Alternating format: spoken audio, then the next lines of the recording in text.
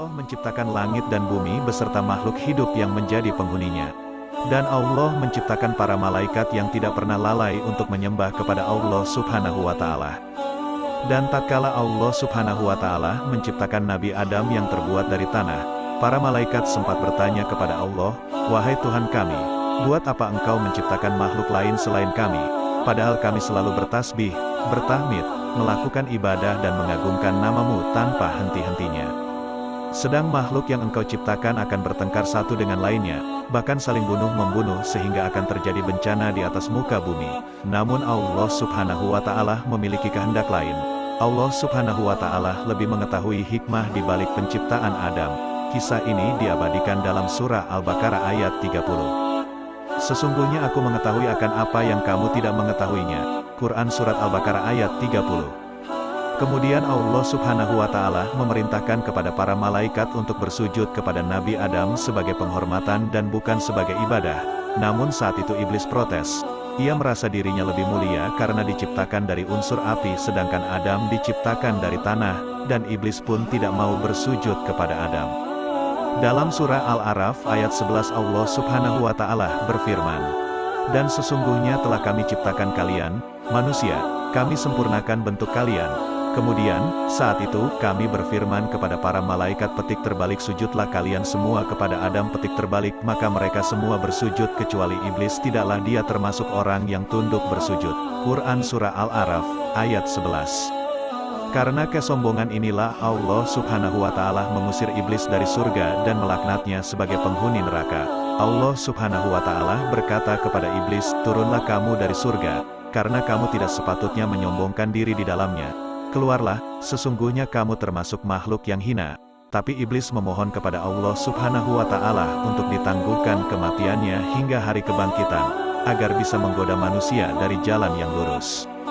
Allah Subhanahu wa Ta'ala berfirman kepada Nabi Adam dalam surah Al-A'raf ayat 19, "Wahai Adam, tinggalkan engkau bersama istrimu di dalam surga dan makanlah apa yang kamu berdua sukai.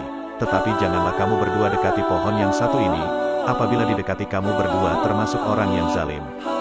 Quran Surah Al-A'raf, ayat 19, dan iblis mulai merancang siasat menyesatkan Adam dan Hawa supaya ikut terusir dari surga. Untuk mendapat kepercayaan Adam dan Hawa, iblis member nasihat bahwa sesungguhnya larangan Allah Subhanahu wa Ta'ala untuk mendekati pohon itu dan memakan buahnya karena jika memakannya Adam dan Hawa akan menjelma menjadi malaikat dan akan hidup kekal. Iblis tak bosan untuk terus membujuk Adam dan Hawa hingga akhirnya mereka tergoda. Kemudian Adam dan Hawa menyesal atas dosa yang telah dilakukannya. Kemudian bertaubat dan memohon ampunan kepada Allah Subhanahu wa Ta'ala. Allah Subhanahu wa Ta'ala berfirman, "Turunlah kamu akan saling bermusuhan satu sama lain. Bumi adalah tempat kediaman dan kesenangan kamu sampai waktu yang telah ditentukan." Sebelum Adam dan Hawa diciptakan, Allah Subhanahu wa Ta'ala sudah menciptakan makhluk sebelumnya yang mirip dengan manusia, karena malaikat sudah mengetahui bahwa manusia keturunan Adam akan saling membunuh dan membuat bencana di muka bumi. Berdasarkan penelitian para arkeologi ditemukan fosil makhluk sejenis manusia tetapi memiliki karakteristik yang sangat primitif. Volume otak mereka lebih kecil dari manusia dan kemampuan bicaranya sangat terbatas.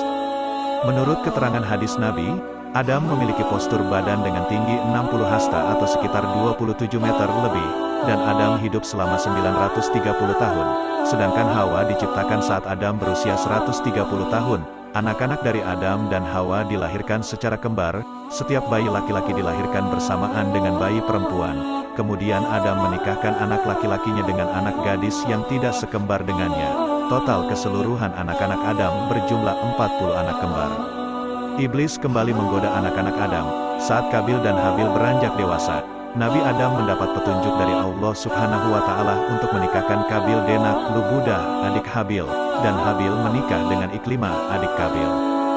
Namun Kabil menolak keputusan ayahnya karena Lubudah dianggapnya tidak secantik Iklimah. Nabi Adam akhirnya membuat kebijakan yaitu, masing-masing membuat persembahan untuk Tuhan. Siapa yang terpilih, ia yang berhak memilih jodoh yang disenanginya.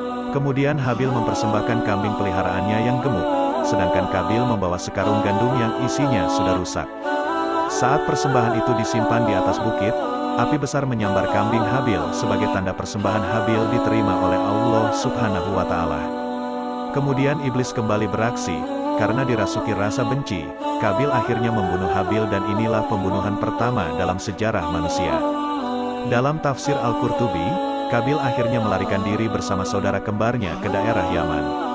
Iblis kembali datang menggodanya seraya berkata, sesungguhnya kurban saudaramu dimakan api karena ia menyembah api. Maka buatlah tungku dan sembahlah api, hal itu akan bermanfaat bagimu dan keturunanmu. Selanjutnya Kabil membangun rumah penyembahan api dan inilah awal mula agama yang menyembah dewa api, seperti yang dianut oleh kaum Majusi.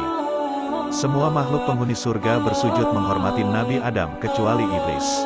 Iblis merasa lebih mulia dan lebih agung dari Adam. Nama asli iblis adalah Azazil yang merupakan bapa bangsa jin, tapi ada juga yang berpendapat bernama Al-Haris. Sebelum dikutuk oleh Allah Subhanahu wa Ta'ala, Azazil pernah menjadi imam para malaikat atau Syaidul Malaikat, dijuluki juga Kanzul Jannah yang artinya bendahara surga.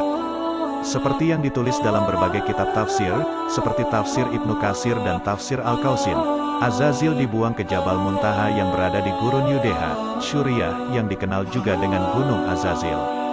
Azazil menurut Ibnu Taimiyah merupakan cikal bakal bangsa jin. Azazil dalam bahasa Arab kuno terdiri dari dua suku kata, yaitu Al-Aziz dan Il. Al-Aziz artinya hamba yang terhormat dan sangat kuat, sedangkan Il merupakan penamaan Allah di zaman Arab kuno. Jadi Azazil artinya adalah hamba Allah yang terhormat, tetapi ada juga yang mengartikan Azazil adalah makhluk sombong dan membangkang. Sebelum diusir dari surga, Azazil mendapat tempat istimewa di tengah penduduk langit, berwajah rupawan dan mempunyai 4 sayap. Azazil menduduki beberapa langit dan biasa mendengar berita rahasia Tuhan, seperti diuraikan dalam surah Al-Jin ayat 9. Dan sesungguhnya kami dahulu dapat menduduki beberapa tempat di langit itu untuk mendengar-dengarkan berita-beritanya. Tetapi sekarang barang siapa yang mencoba mendengar-dengarkan seperti itu, tentu akan menjumpai panah api yang mengintainya untuk membakarnya. Quran Surah Al-Jin ayat 9. Nama Azazil ditulis dalam kitab Perjanjian Lama. Azazil dikaitkan dengan hari penebusan yang dalam ajaran Yahudi disebut Yom Kippur. Dalam keyakinan Yahudi, semua makhluk akan dimatikan oleh Tuhan dan yang terakhir adalah Azazil. Azazil atau Azaziel akan menanggung semua dosa kaum Yahudi sebelum memasuki surga. Nama Azazil tertulis dalam sebuah dokumen kuno yang ditemukan oleh para arkeolog di Qumran, Palestina. Setelah diusir dari surga dan menetap di bumi, iblis berkembang biak dan menjadi bangsa setan yang memiliki misi menyesatkan umat manusia. Dalam sebuah cerita saat iblis mengetahui Nabi Adam dan Hawa akan bertemu di Padang Arafah, lalu iblis membakar Padang Arafah menjadi gersang dan tandus. Padahal awalnya Arafah adalah padang rumput yang penuh dengan pepohonan dan sungai.